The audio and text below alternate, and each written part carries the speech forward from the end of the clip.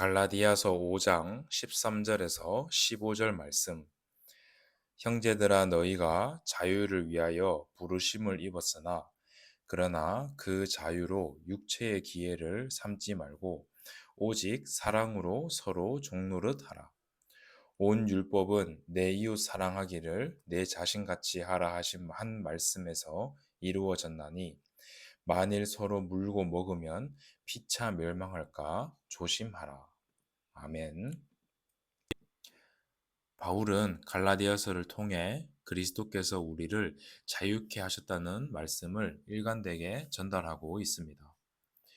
율법의 저주에서 또 종교적 행위의 중심에 의로움 추구해서 우리의 힘으로는 결코 구원받을 수 없기에 그리스도께서 자유케 하셨다는 것입니다.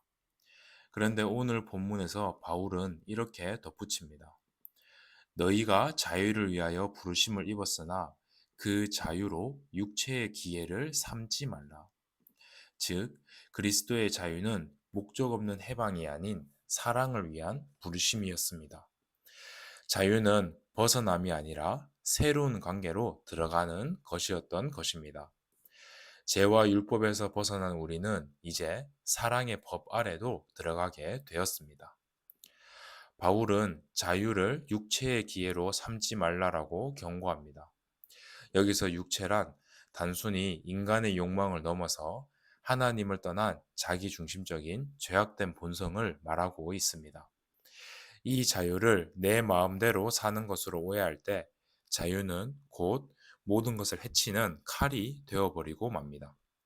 그래서 바울은 자유의 본질을 이렇게 이야기합니다. 서로 사랑으로 종노릇 하라. 이 표현은 매우 역설적으로 들리기도 합니다. 자유인에게, 자유된 사람에게 종이 되라라고 말하고 있습니다. 여기에 복음의 역설이 들어 있습니다. 사랑 안에서의 종됨이야말로 참된 자유인 것입니다. 예수님께서도 인자가 온 것은 섬김을 받으려 함이 아니라 섬기려 함이라고 말씀하셨습니다. 예수님은 온전한 자유인이셨지만 사랑 때문에 스스로 종이 되셨던 것입니다. 그리스도의 자유는 자기를 위해 쓰는 자유가 아닌 타인을 위해서, 하나님을 위해서 자신을 내어주는 사랑의 자유입니다. 바울은 14절에서 이렇게 말합니다. 온 율법은 내 이웃 사랑하기를 내 자신같이 하라 하신 한 말씀에서 이루어졌느니라. 바울은 절대 자유를 이야기하면서 율법을 폐기하려 하지 않았습니다. 오히려 율법의 참된 의미를 회복하려고 한 것이 바울이었습니다. 율법은 본래 하나님의 사랑을 인간의 삶 가운데 질서 있게 세우기 위한 하나님의 선물이었습니다. 살인하지 말라는 그 명령은 생명을 존중하는 사랑의 표현이었고, 간음하지 말라는 것은 관계의 중요성과 그 관계를 지키도록 하는 사랑의 표현이었습니다. 탐내지 말라는 것은 만족과 나눔을 배우라는 사랑의 실천을 위한 사랑의 표현이었습니다. 이처럼 죄악된 본성을 가진 인간을 하나님의 사랑 가운데 삶을 세우기 위한 하나님의 선물이었던 것입니다. 율법은 인간을 억압하는 것이 아닌 사랑의 방향으로 가르치는 하나님의 언어였습니다. 그런데 인간은 그 율법을 하나님의 사랑은 다 빼버리고 사용했습니다.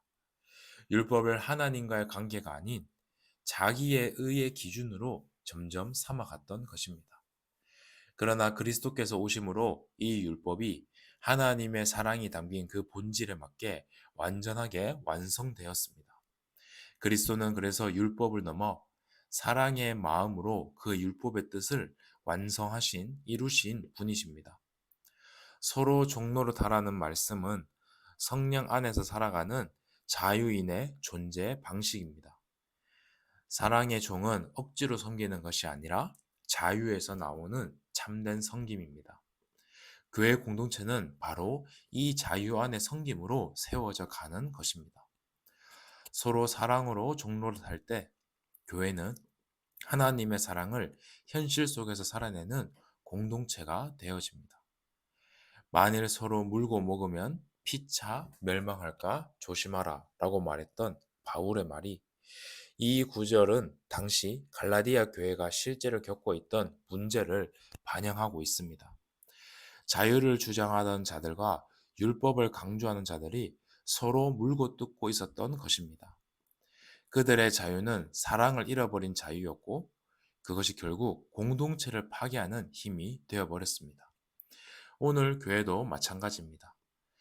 자유를 말하지만 사랑이 빠진 자유는 결국 모든 것을 파괴하게 됩니다. 율법을 말하지만 사랑이 빠진 율법은 정죄의 칼이 되어 모든 것을 찌르고 베어버리게 됩니다. 모두가 말씀을 말한다라 말하고 하나님을 말한다고 말하고 그리스도를 말한다고 말하지만 이 사랑이라는 본질을 빠져버리면은 모든 것을 없애버리게 됩니다. 그러나 사랑으로 종로를 사는 자유는 서로를 살리는 복음의 능력이 됩니다.